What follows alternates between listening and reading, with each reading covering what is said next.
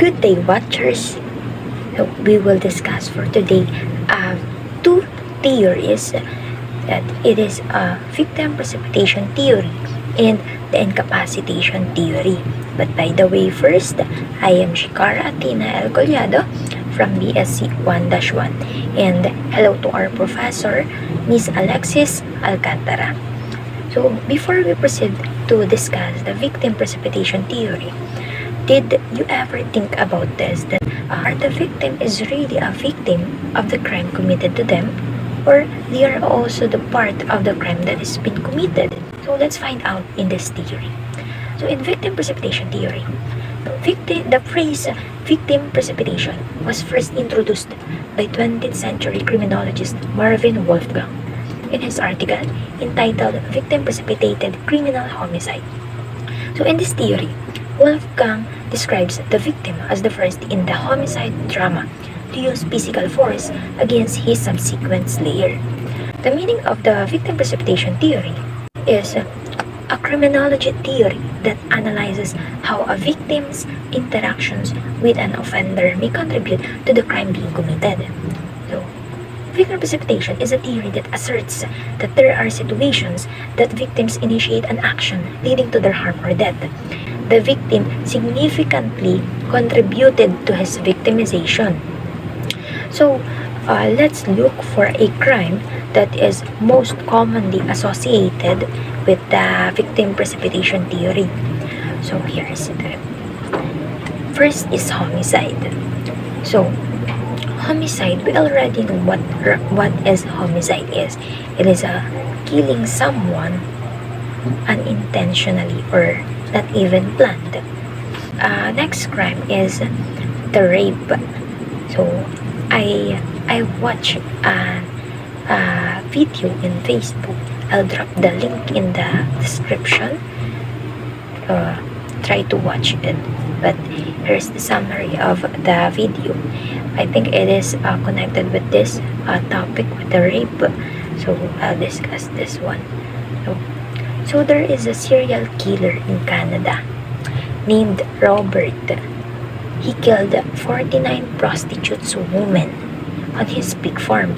But the police didn't help those kinds of women because they look at those women as a marginalized people that are not a priority in their investigation.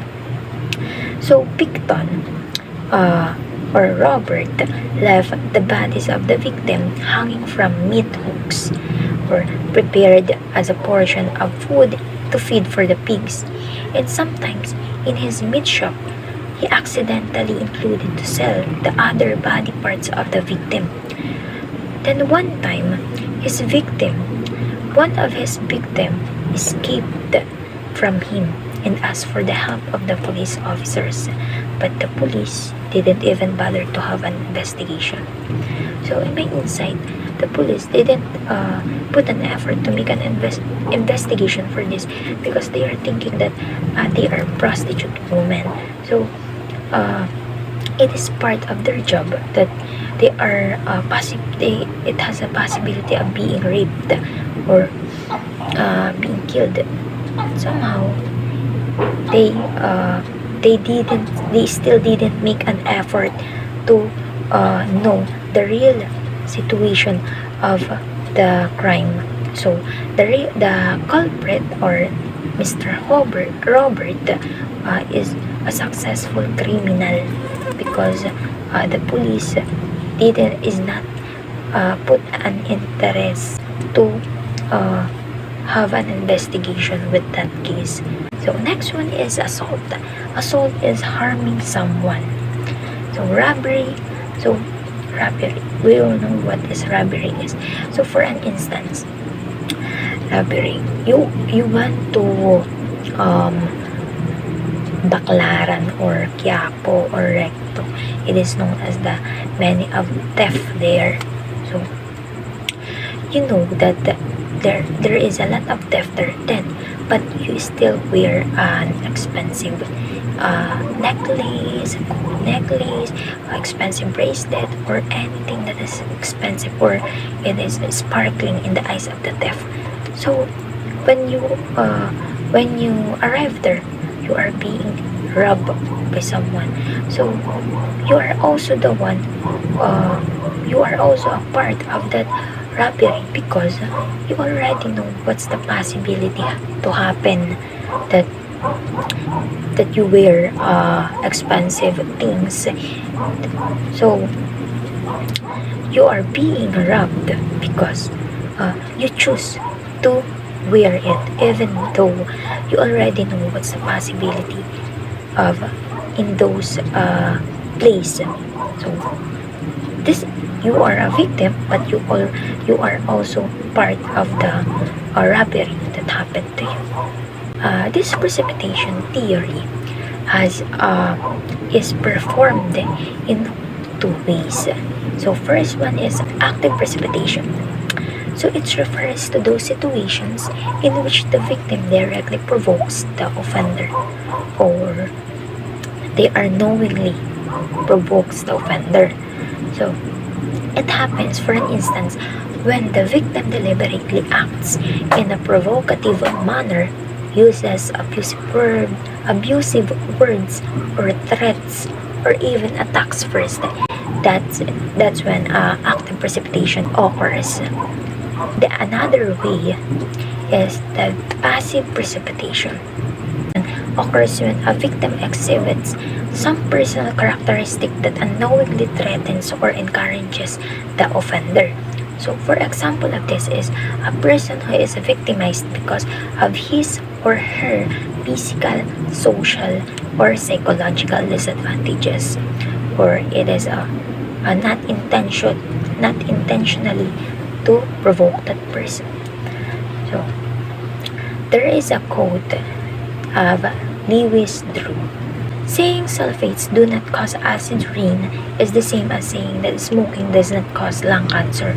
So, in this quote of Drew Lewis, showing that people has a different perspective in life, like what he mentioned, that smoking does not cause lung cancer, but because of our different perspective in life, people thinking that is the one of the reason why people being ill or damage of their lungs. But on the other hand, some people is thinking that it is their medicine and stress, depression, and etc.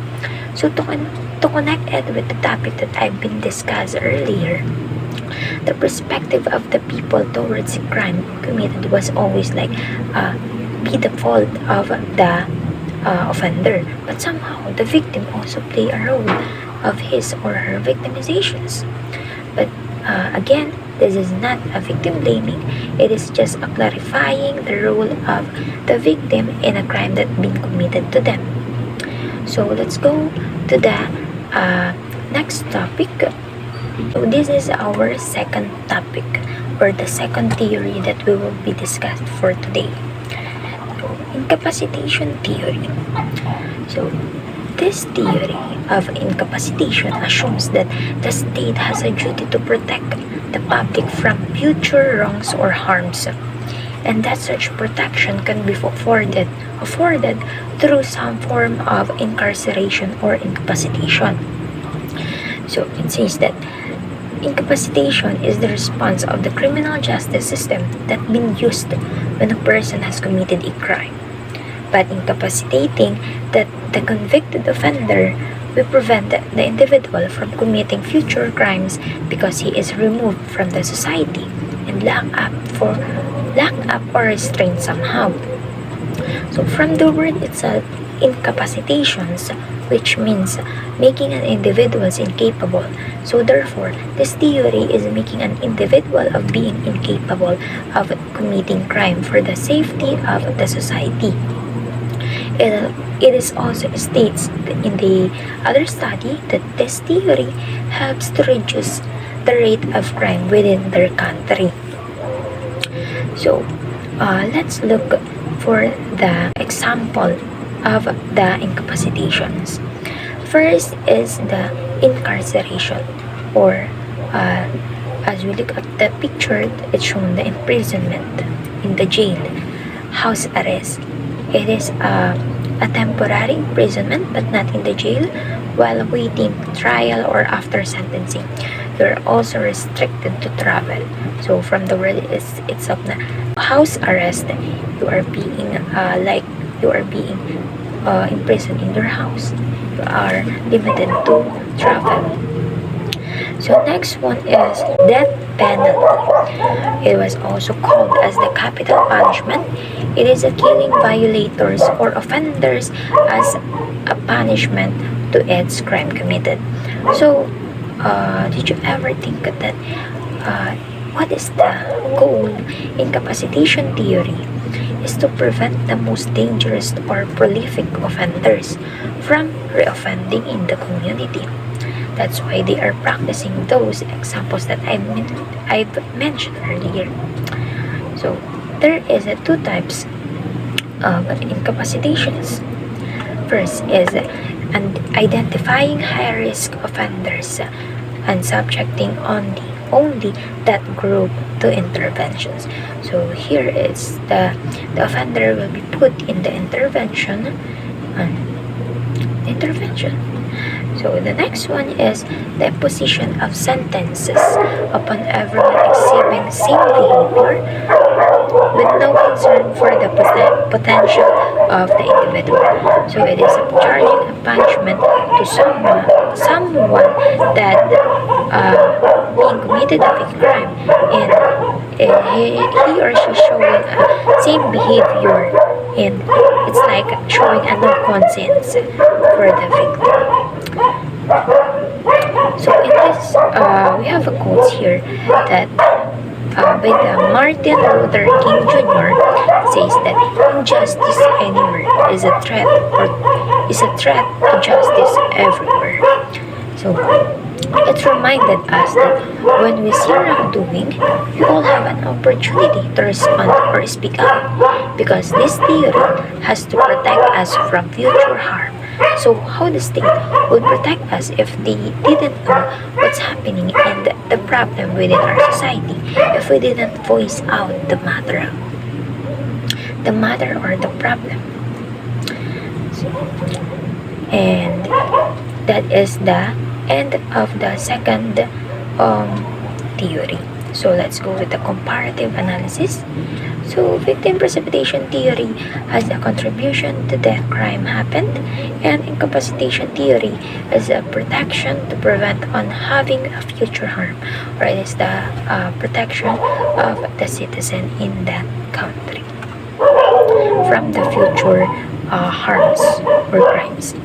So comparative analysis, sometimes victim is not the real victim.